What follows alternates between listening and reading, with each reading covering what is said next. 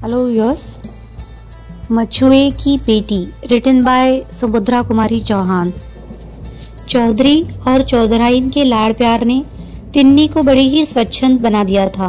वो बड़ी निडर और कौतूहल प्रिय थी। आधी रात पिछड़ी पहर जब तिन्नी की इच्छा होती वह नदी पर जाकर नाव खोलकर जल विहार करती और स्वच्छ लहरों पर खेलती हुई चंद्र किरणों की अटखेलियां देखती। यही कन्या चौधरी की सब कुछ थी, किंतु फिर भी आज तक चौधरी उसका विवाह न कर सके थे, क्योंकि कन्या के योग्य कोई वर चौधरी को अपनी जात में न दिख पड़ता था। इसीलिए तिन्नी अभी तक कुंवारी थी। नदी के पार और उस पार से इस पार लाने का चौधरी ने ठेका ले रखा था।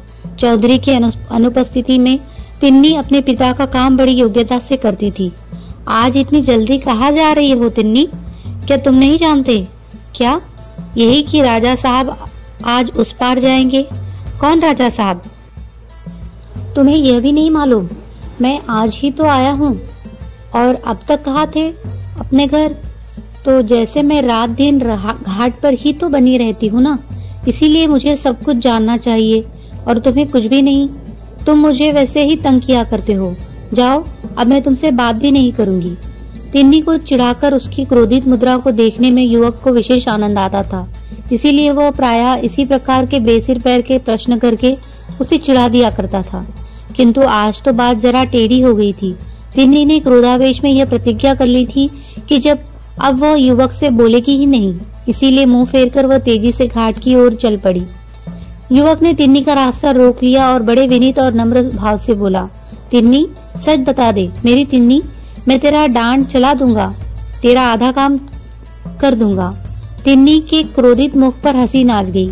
युवक उसके साथ डांड चलाएगा, उसे एक साथी मिल जाएगा। इस बात को सोचकर उसे बड़ी प्रसन्नता हुई। वो बोली, सच कहते हो, मेरे साथ तुम डांड चलाओगे? देखो बापू नहीं है, मैं अकेली हूँ। यदि तुम सचमुच मेरे साथ डांड चलाने को कहो तो फिर बताती हूँ। सच नहीं तो क्या झूठ? मैं डांड जरूर चलाऊंगा, पर पहले तुझे बताना पड़ेगा। युवक ने कहा, इधर अपने पास ही कोई रियासत है ना, यही कि राजा साहब नदी के उस पार शिकार खेलने जाएंगे। महीना 15 दिन का काम है मनोहर। खूब अच्छा रहेगा, खूब पैसे भी मिलेंगे। मैं तुम्हें भी दिया करूंगी, पर इतना वादा करो कि जब तक बापू न लौट कर आवे तुम रोज मेरे साथ डांड चलाया करोगे। यह कौन सी बड़ी बात है तिन्नी? यदि तू मान जा तो मैं तेरे साथ जीवन भर डांड चलाने को तैयार हूँ। तो जैसे मैंने कभी इनकार किया हो, नेकी और पूछ तुम मेरा डांड चलाओ और मैं इनकार कर दूंगी। तिन्नी, तो तू मुझसे ब्याह क्यों नहीं कर लेती? फिर हम दोनों जीवन भर साथ डांड चलाते रहेंगे। क्षण भर के लिए तिन्नी के चेहरे पर लज्जा की लाली दौड़ गई, किंतु तुरंत ही वह संभल कर बोली, कहने के लिए तो कह गए मनोहर, किंतु आज मैं ब्याह के लिए तैयार हो जाऊं तो मैं खुशी के मारे पागल हो जाऊं। और फिर उसके बाद फिर मैं तुम्हें रानी बनाकर अपने आप को दुनिया का बादशाह समझूं। अपने आप को बादशाह समझोगे क्यों मनोहर? और मैं बनूंगी रानी। पर मैं रानी बनने के बाद डांड तो न चलाऊंगी, अभी से कह देती हूँ। तब मैं ही क्यों डांड चलाने दूंगा? मैं बनूंगा राजा और तुम बनोगी मेरी रानी। फिर डांड चलाएंगे हमारे तुम्हारे नौकर। अच्छा, यह बात है, कहकर तिन्नी खिलखिलाकर हंस पड़ी और दोनों हंसते हुए घाट की तरफ चले गए। एक बड़ी नाव पर राजा साहब और उनके पुत्र कृष्णदेव अपने कई मुसाहिबों के साथ उस पार जाने के लिए बैठे। तिन्नी कई मछुओं और मनोहर के साथ डांड चलाने लगी। तिन्नी नाव भी खेती जाती थी और साथ ही मनोहर से हंस हंस कर बातें भी करती जाती थी। वायु के झोंकों के साथ उड़ते हुए उसके काले घुंघराले बाल उसकी सुंदर मुखाकृति को और भी मनोहर बना रहे थे। कृष्णदेव उसके मुंह की ओर किस स्थिरता के साथ देख रहे हैं, इस ओर तिन्नी का ध्यान ही न था। किंतु राजा साहब से पुत्र की मानसिक अवस्था छिपी न रही। युवा काल में उनके जीवन में कई बार ऐसे मौके आ चुके थे। अब कृष्णदेव प्रायः प्रतिदिन ही जल विहार के लिए नौका पर आते और डांड चलाने का काम बहुधा तिन्नी ही किया करती। कृष्णदेव के मूक प्रेम और आकर्षण ने तिन्नी को भी उनकी तरफ बहुत कुछ आकर्षित कर लिया था। जिस समय कृष्णदेव नौका पर आते उस समय अन्य मछुओं के रहते हुए भी तिन्नी स्वयं ही नौका चलाती। राजा साहब से कुछ छिपा न था। कुमार रोज जल विहार के लिए जाते हैं और तिन्नी ही नाव चलाया करती है। यह राजा साहब ने सुन लिया था। अतएव बात को इससे अधिक बढ़ने न देने के अभिप्राय से राजा साहब बिना शिकार खेले ही एक दिन अपनी रियासत को लौट गए।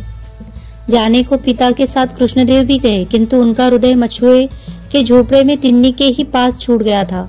रियासत पहुंचकर कृष्णदेव सदा उदास और न जाने किन विचारों में निमग्न रहा करते।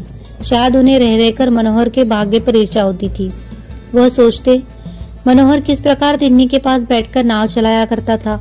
तिन्नी कैसी घुल मिलकर हंसती हुई उससे बातें किया करती थी।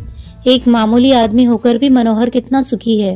काश मैं भी एक मछुआ होता और तिन्नी के पास बैठकर नाव चला सकता तो कितना सुखी होता। किंतु किसी से कुछ भी न कहते।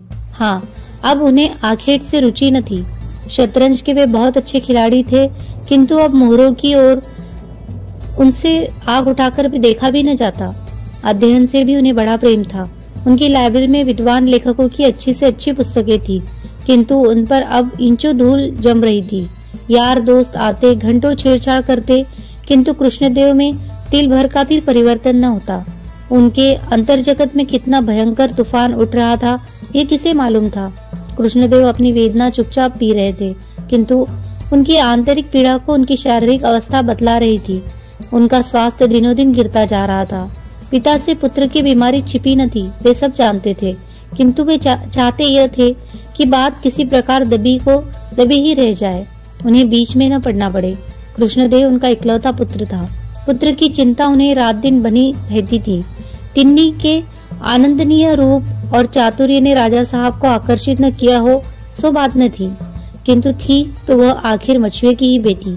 राजा साहब उससे कृष्णदेव का विवाह करते भी तो कैसे। एक दिन राजा साहब कृष्णदेव के कमरे में गए। उस समय वे सोए हुए थे। आंखों के पास रोते रोते गड्ढे से पड़ गए थे। चेहरा पीला पीला और शरीर सूख कर काटा सा हो रहा था।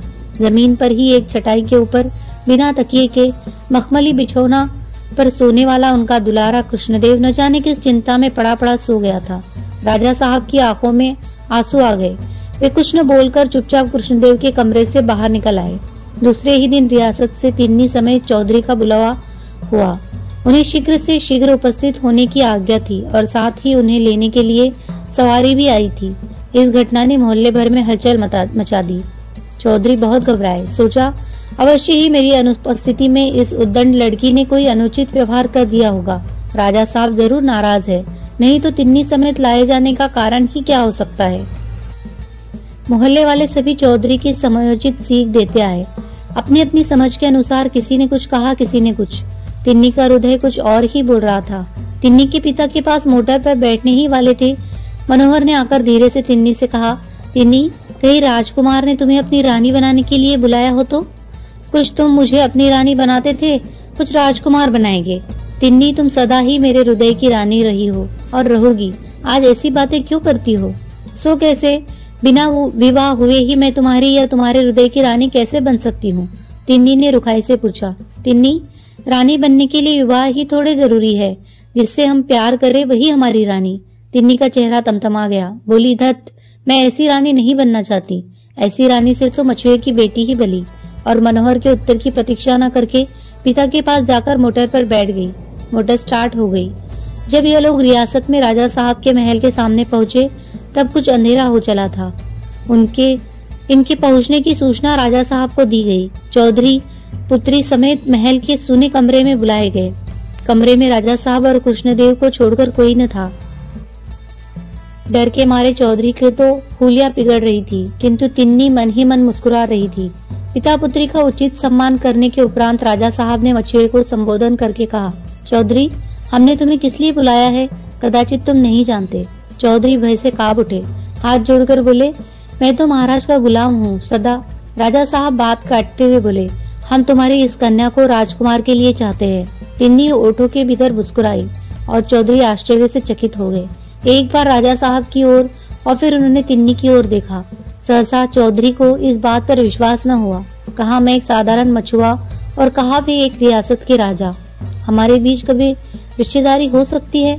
फिर न जाने क्या सोचकर भय विवल चौधरी ने हाथ जोड़कर कहा, महाराज, यह कन्या मेरी नहीं है। राजा साहब चौंक उठे। आश्चर्य से उन्होंने चौधरी से पूछा, फिर यह किसकी लड़की है? हाथ जोड़े ही जोड़े चौधरी बोले, महाराज, 15 साल पहले की बात है। नदी में बहुत बाढ़ आई थी।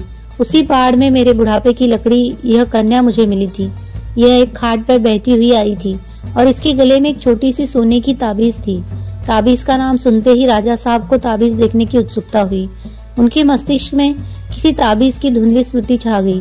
पिता के आदेश से तिन्नी गले से ताबीज निकालने के लिए ताबीज के धागे की गांठ खोलने लगी। मछुए ने फिर कहना शुरू किया, महाराज, इस ताबीज का भी बड़ा विचित्र किस्सा है। एक बार ताबीज का धागा टूट गया। कई दिनों तक याद न रहने के कारण ताबीज इसे न पहनाई जा सकी। बस महाराज, यह तो इतनी ज्यादा बीमार पड़ी कि मरने जीने की नौबत आ गई और फिर ताबीज पहनाते ही बिना दवा दारू की चंगी हो गई। तब से ताबीज आज तक उसके गले में पड़ी है। राजा साहब को स्मरण हुआ कि 15 साल पहले उनकी लड़की भी टेंट के अंदर से बाढ़ में बह गई थी, जिसके गले में उन्होंने भी एक ज्योतिषी के आदेशानुसार ताबीज पहनाई थी। उन्होंने एक बार कृष्णदेव और फिर तिन्नी के मुंह की तरफ देखा। उन्हें उनके मुंह में बहुत कुछ समानता दिख पड़ी। तब तक तिन्नी के गले से ताबीज निकालकर राजा साहब के सामने कर दिया। राजकुमार का हृदय बड़े ही वेग से धड़क रहा था।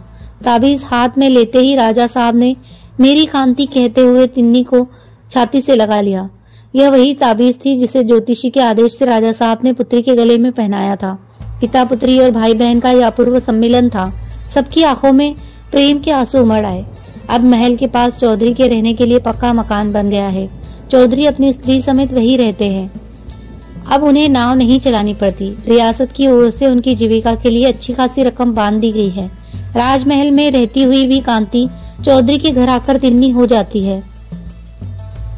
अब भी वह चौधरी के साथ उनकी थाली में बैठकर चौधराइन के हाथ की मोटी मोटी रोटियां खा जाती है। तिन्नी को बहन के रूप में पाकर कृष्णदेव को कम प्रसन्नता न थी। वे तिन्नी का साथ चाहते थे, चाहे वो पत्नी के रूप में हो या बहन के रूप में।